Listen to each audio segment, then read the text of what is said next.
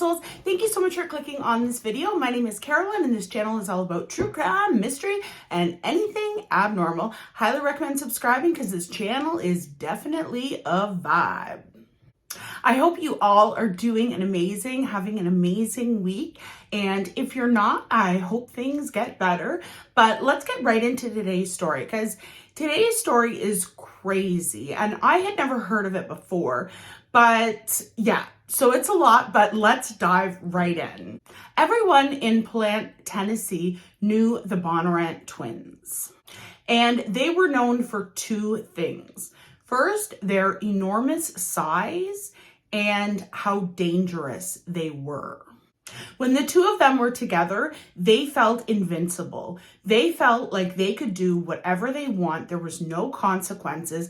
And as long as they had each other, they were free to commit some of the most gruesome crimes in Giles County, Tennessee. On April 4th, 1955, in Memphis, Tennessee, Pete Bondurant Jr. and Pat Bondurant were born. Their parents were Pete Sr. and Polly Bondurant, and both of their parents worked in the military. Both parents were known to be extremely strict. Both boys from a very young age were known for getting into a lot of trouble, and they did some things at a young age that were extremely disturbing. And one of the things I'm going to tell you right now has to do with animals. So skip ahead about 10 seconds if you don't want to hear this. But what they would do is they would bury cats so only their heads were above ground. And then they would take a lawnmower and drive over it.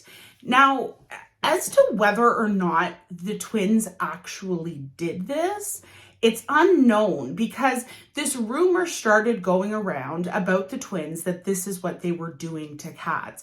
But it was later discovered that it was actually the twins who started the rumor. So I don't know if they actually did this and they started the rumor because they wanted people to know that they had done this, or if they made it up. Either way, it's really, really disturbing. As I had mentioned, the twins were very large. They were large from birth. And when they were younger, they were bullied because of their size. By the age of 12, each of the twins weighed about 250 pounds each.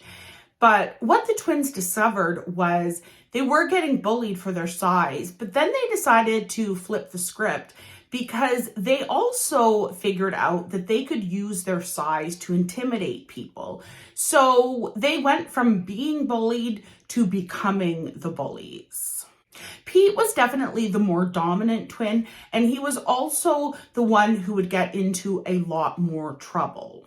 Pat, on the other hand, he was quieter and more reserved, but he was definitely willing anytime his brother wanted to, go and beat somebody up or get into trouble or anything like that. He was there with him no matter what.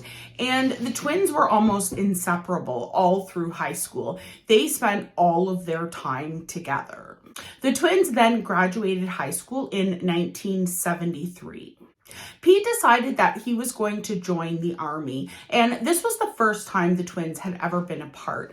And Pete joined the army, but he only lasted about a month because he didn't like being told what to do or following orders. So I don't know why you would join the military if you don't want to be told what to do because they're going to tell you what to do.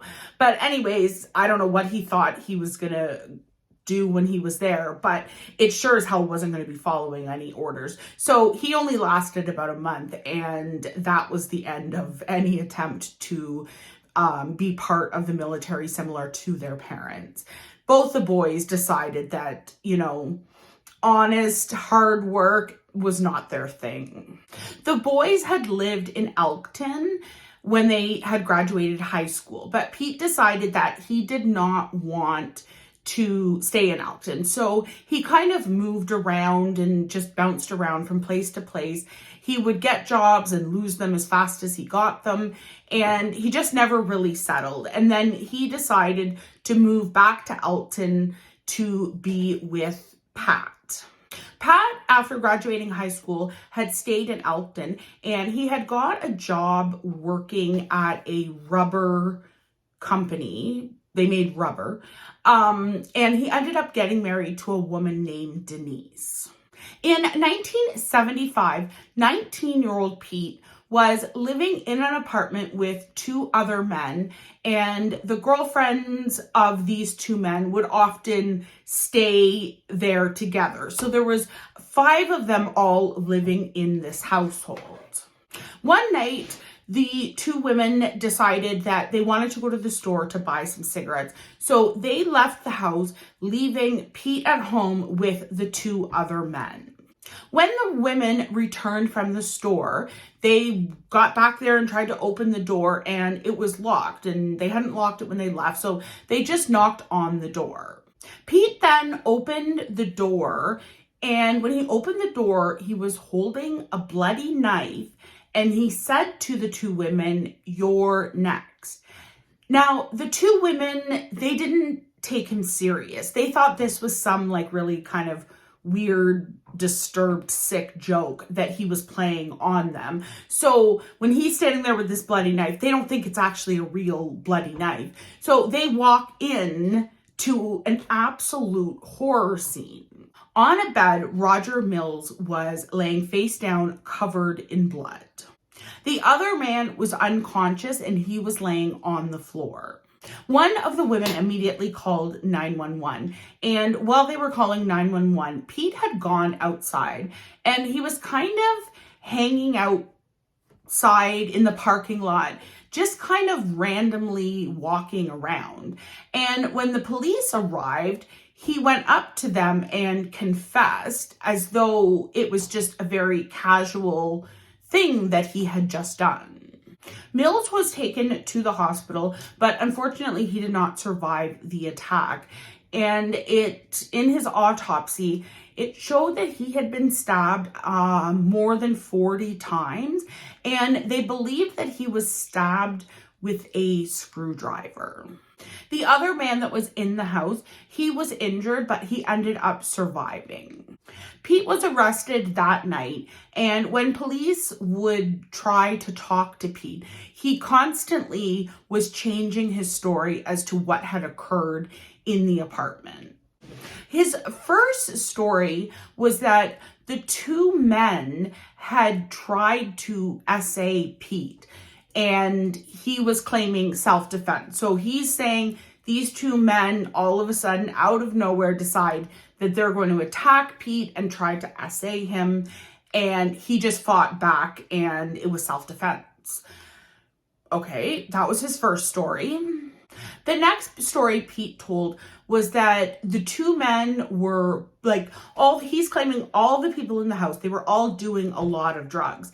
And he's saying that the 2 men decided to attack him so that he wouldn't tell anyone that they were doing drugs. But he was doing drugs too, so I don't know why.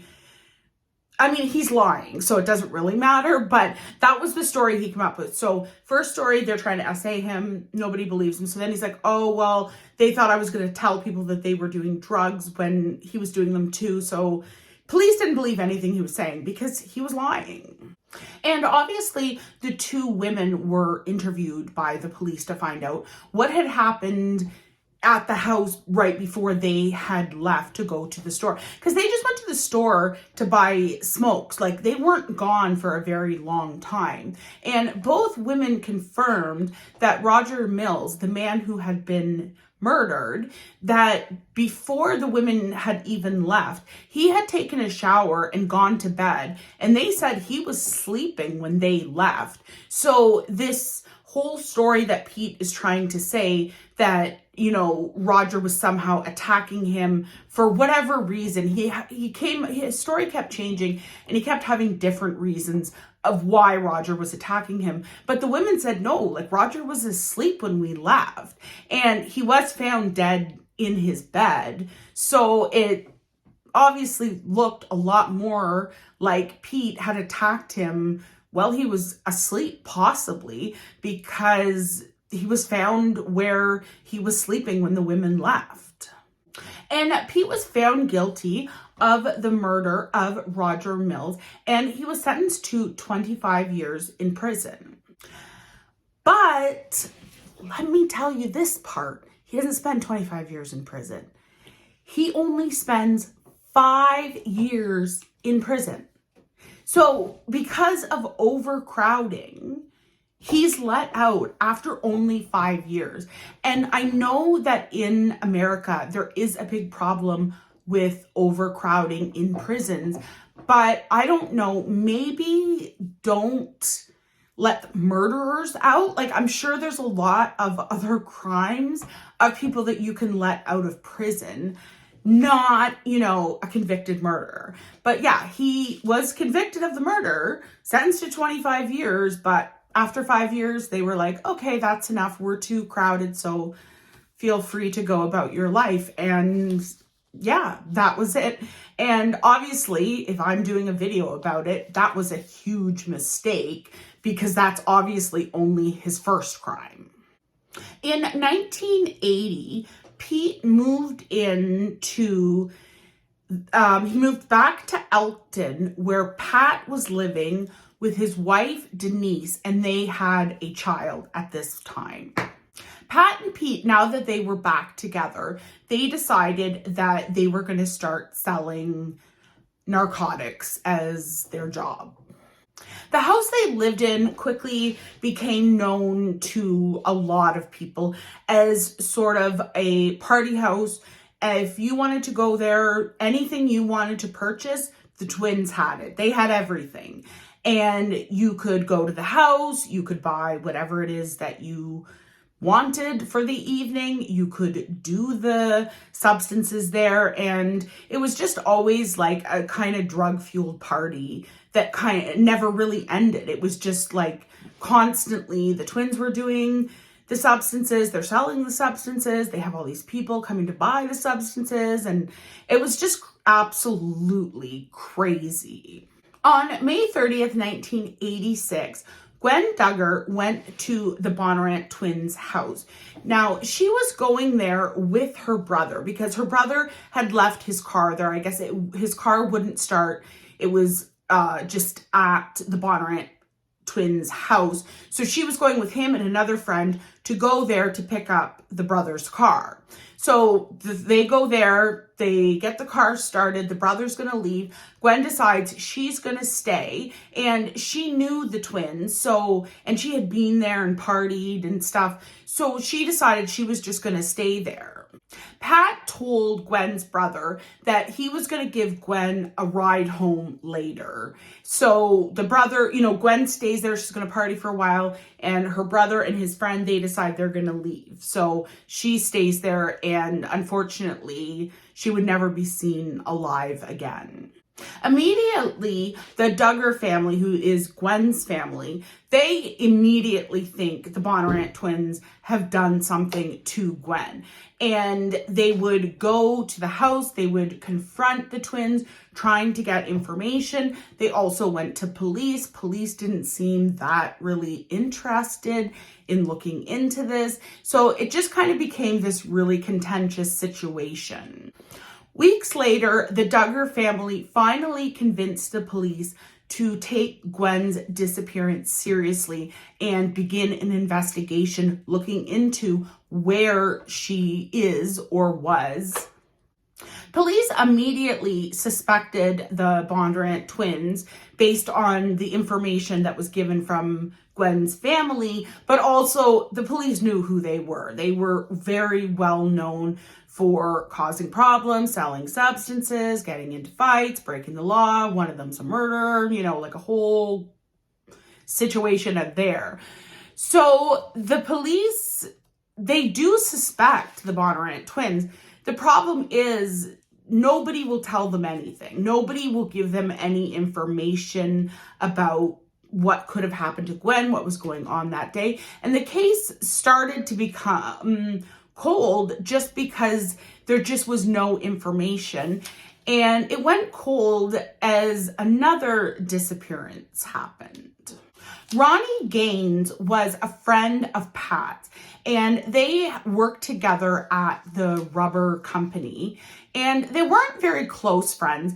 They kind of sometimes would hang out after work. You know, they'd work a shift together and then decide to go out to a bar and have some drinks together, but they weren't super close or anything, but they were friends that hung out on occasion. On October 23rd, 1986, according to Pat, him and Ronnie had gone back to Ronnie's house to have some drinks and play some cards. The next day, Ronnie was reported missing. Oh, and his house burned down, and when they did the investigation, so he goes missing, and the night he went missing, his house also burned down. And when the fire inspector people, the people who, what do they call? Firemen, like fire investigators. People who investigate fires. They determined that it was arson that caused the house to burn down. So Ronnie goes missing, his house burns down, looking super sus at this point. And who was the last person who was with him? Pat Bondurant. When police interviewed Pat to inquire, so you were hanging out with him, like what happened, and his story kept changing. So obviously he became very, very suspicious to the police, because if your story changes, you're probably lying. But, that's just me. Pat told police, though, that he had an alibi, Terry Lynn Clark, and police spoke to her on the phone, and she had agreed to the police that she would go into the police station and give a statement as his alibi. Unfortunately, she dies before she gets a chance to do that. And she dies suspiciously. Shocker. On November 17th, 1986, 911 is called, and when 911 is called, they claim that there is a woman in the house who died in her sleep. When police arrive at the house, and it's the twins' house, that's where she died. So when police get to their house, they then realize that it's Terry Lynn Clark who's supposed to be the alibi. She is the one who passed away. So obviously police have some questions. How did this woman die? And both Pete and Pat claim that, everyone was partying the night before. Everybody was doing a lot of drugs. They claim that Terry herself was doing an excessive amount of drugs, and she had gone to sleep and just never woke up, assuming they were trying to say that she had overdosed willingly, and that was what had caused her to die.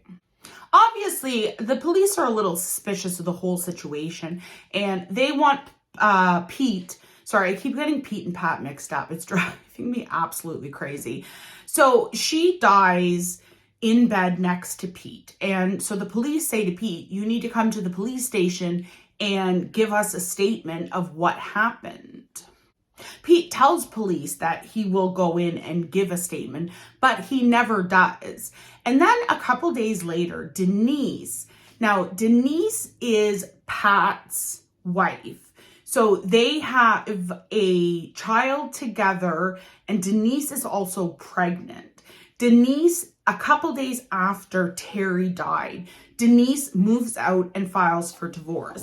She was pregnant with their second child, and her husband was extremely, extremely abusive to her. So she decided that, she's pregnant. She wants to protect the child that has already been born, the child she's carrying, and herself. So she's out. She's divorcing. She's moving out. We'll find out later there's a lot more reasoning behind her divorcing and moving out of the house. But for right now, that's what happens. So the investigation into Gwen Duggar, it doesn't really go anywhere for quite a while until 1989, where a new detective decides that he's going to take a look at the case and see if he can solve it. His name was Michael Chapman, and as he's looking over all the reports and all the information to do with Gwen's disappearance, he notices that Denise was at the house when Gwen had disappeared, or at least last been seen at the house. He knows that Denise was there. He also knows that she filed for divorce from her husband. So he wants to talk to Denise to see what Denise knows. And Denise knows everything. The problem is Denise was terrified to tell anyone what she knew. And I honestly don't blame her. If she would have gone and told police what she knew, she could have been next very easily. But she ends up, and this is really weird, and I don't know how the whole situation comes together, but apparently Chapman, he's the detective who is looking into the case. He finds out that Denise is dating a police informant. So he goes to the police informant who's dating Denise and says to the informant, I know you're dating Denise. Can you bring up Gwen Duggar and see if she will tell you anything about what happened that night? So the informant's like, oh yeah, of course. So he brings it up to her. And when the informant brings up Gwen's disappearance, she gives them a lot of very, very damning information toward the Bondurant twins. The problem is that Denise is terrified. She is terrified for her life. She's terrified for her children's lives. And she knows Pat and Pete probably better than anyone. She knows what they're capable of. So she is not in any way trying to protect them. She's just afraid that they will retaliate against her if she shares the information with the police. The police are able to convince Denise that it would be safer for her to give them the information so they can arrest the twins. Now, the police giving her that advice, I don't really know that that was accurate or true, because one of them's already killed someone and only served 5 years in prison. So, the police and law enforcement, they're not really good at making these Bondurant twins, actually pay for the crimes that they commit. But they do convince Denise the safest thing to do is give us the information so that we can deal with it. Denise finally sits down with the police and tells them what happened. So that night, Pete and Pat, they were doing a lot of substances. They had 2 other friends over who were doing a lot of substances. They also had Gwen, who was doing substances. And the twins thought this was a great time to essay Gwen. But they don't want to actually have to fight her. So what they do is they end up giving her sleeping pills to try to make it so that, she can't fight back. And that's exactly what happens. And what happens is Denise walks in, because Denise isn't part of any of this nonsense going on. She is probably, somewhere else in the house with the kid, and she has nothing, she's not any part of this nonsense that the twins are part of. At one point, Denise walks in and he sees Pat having sex with Gwen. So Denise is furious. First of all, she thinks Gwen is conscious and participating in this willingly. So she goes up and she slaps Gwen and starts yelling at her husband. But then she notices Gwen is not really that conscious. She has no idea what is going on. And Denise quickly realizes that this is not Gwen trying to cheat with her husband. Gwen is being assaulted by all of these men. So Pat goes and he gets an axe and he brings it back to give to Denise. And he's telling Denise to use it on Gwen because Gwen, he's saying, is, you know, having sex with her husband. But Denise was being essayed. She wasn't doing any of this willingly or consciously. So, like, Denise immediately, like, initially when she walks out and sees it happening, she does think that Gwen is participating in this willingly. Within a few seconds, she realizes this is something, like, Gwen is being attacked. She's not participating in any of this willingly. So when he comes out with an axe, she's like, what the hell is wrong with you? Like, I'm not gonna participate in anything that any of you are doing. So when she refused, obviously, to do anything to hurt Gwen, Pat takes the axe and hits Gwen a couple of times. And then Pete comes in the room with a gun and then he shoots Gwen. Gwen also tells police what they had done with her body. So after they had essayed and murdered Gwen, they then cut her up a bit and they put her in, you know, those big, huge, like, drums in the backyard, and they had a fire. And I guess it went on for days and days. They were just burning any bit of evidence that was left. And Denise was witness to all of this.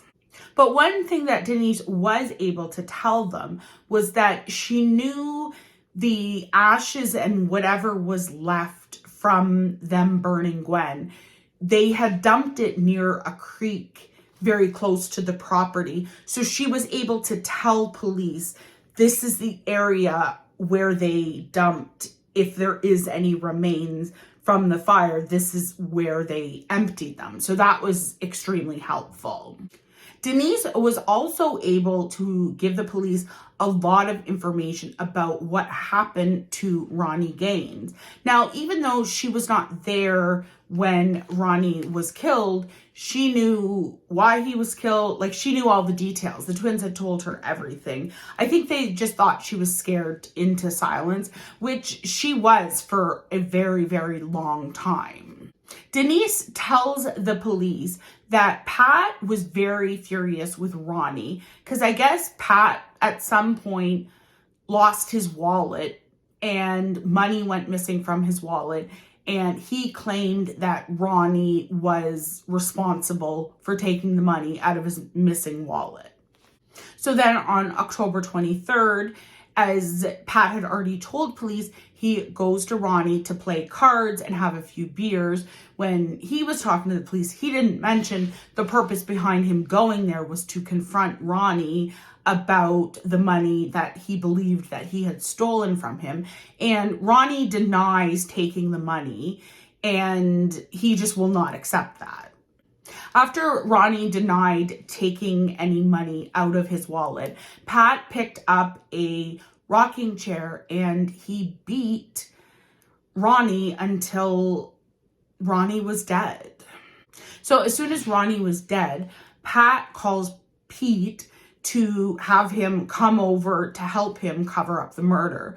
So the two of them take Ronnie's body and they were going to take it back to their house and cut it up and burn it the same way they had burned Gwen's body. And before they left, they lit a candle and put it under the curtains. So basically that was how the house fire happened. Because remember, for earlier in the story, I told you that he had played cards with Pat and gone missing, and then there was also his house burned down. So that was how the house ended up burning down. They lit a candle, put it by the curtains so that, you know, the crime scene basically would be demolished. Like, there's no evidence left if they burned the house down.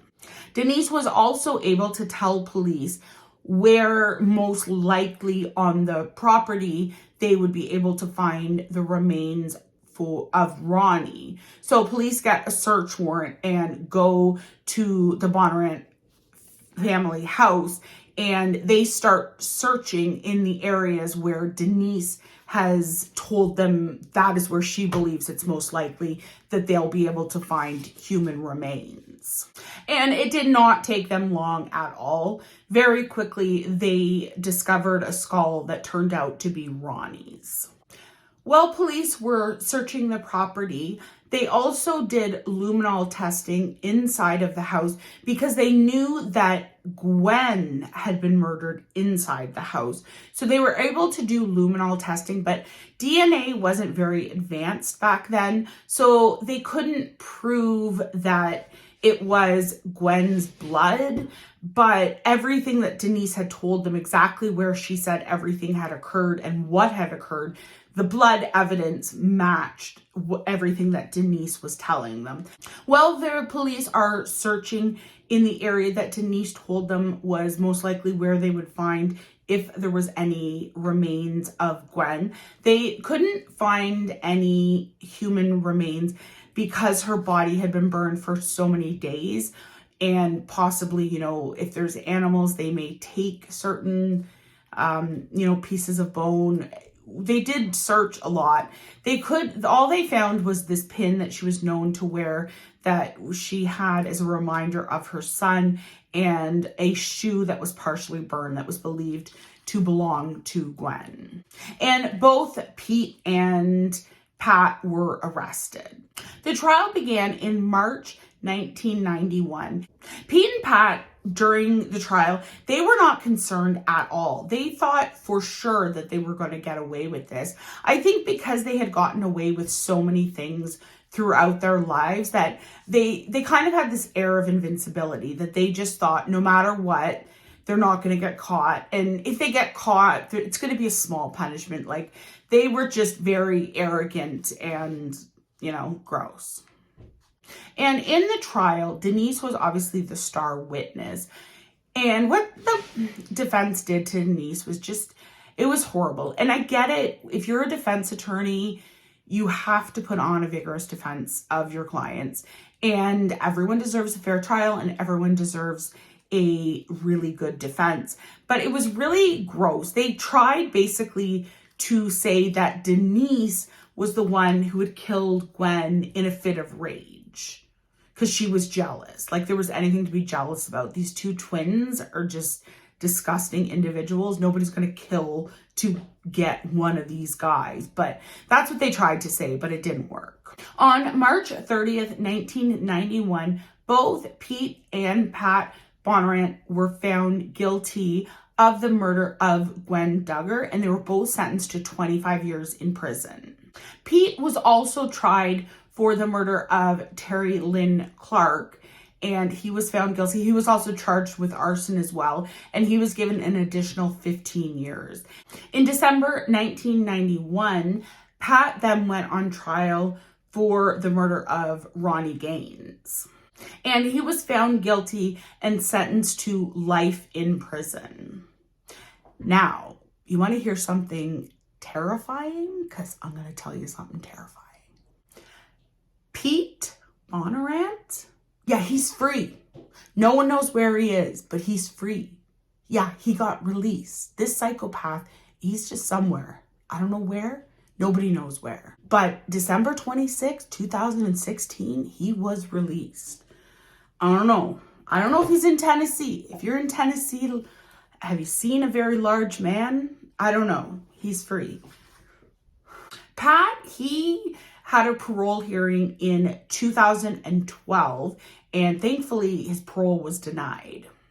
And Pat is up for parole again in 2025. So I don't know, maybe next year both the twins are going to be loose. But isn't that wild?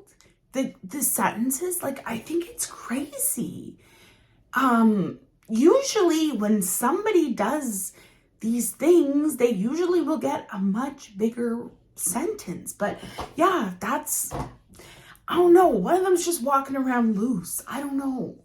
If you're in Tennessee, be careful, please. But that's the end of today's story. I hope that you enjoyed hearing the information. And I have a question for you. What does a mood ring mean when it turns black? Because I wear a mood ring, but I don't wear it because I think it actually, I know it's just based off your body temperature, but what mood is black? Like, is it black because it matches my cold black heart? Because normally when I wear this ring here, it's usually teal. Like, it's usually like, sometimes it's a light, I don't know if in the light it looks weird, but it's usually like a light teal. And today it's black. But I've been going through it. I'll be telling you, I've been going through it. I'm not going to get into it because I've been going through it and I don't want to go through it with you all over again. But yeah, I think it's black because I have a black heart. Actually, I don't. I'm really nice. Sometimes people are shitty to me. Why are people so shitty? Yeah, I got hurt really bad by a really close friend lately, and yeah, I'm devastated by it. It's, I don't know. Anyways, you guys don't want to, I mean, I tell you stories about people being murdered, so I don't know why I think like, oh, don't tell them anything too bad. Well, I just told you about a whole bunch of murders. Yeah, I just had a really good friend, just really did something, I don't know, hard to forgive. I don't know. Anyways, yeah, so I've been going through it. Have you guys been going through it? Let me know what's going on with you. Has 2024 been good to you, or has it been a rough year? Because, I mean, I know it's only January, but it's been a rough year so far. But I'm just gonna, you know, go with it, I guess. I mean, what other choice do you have?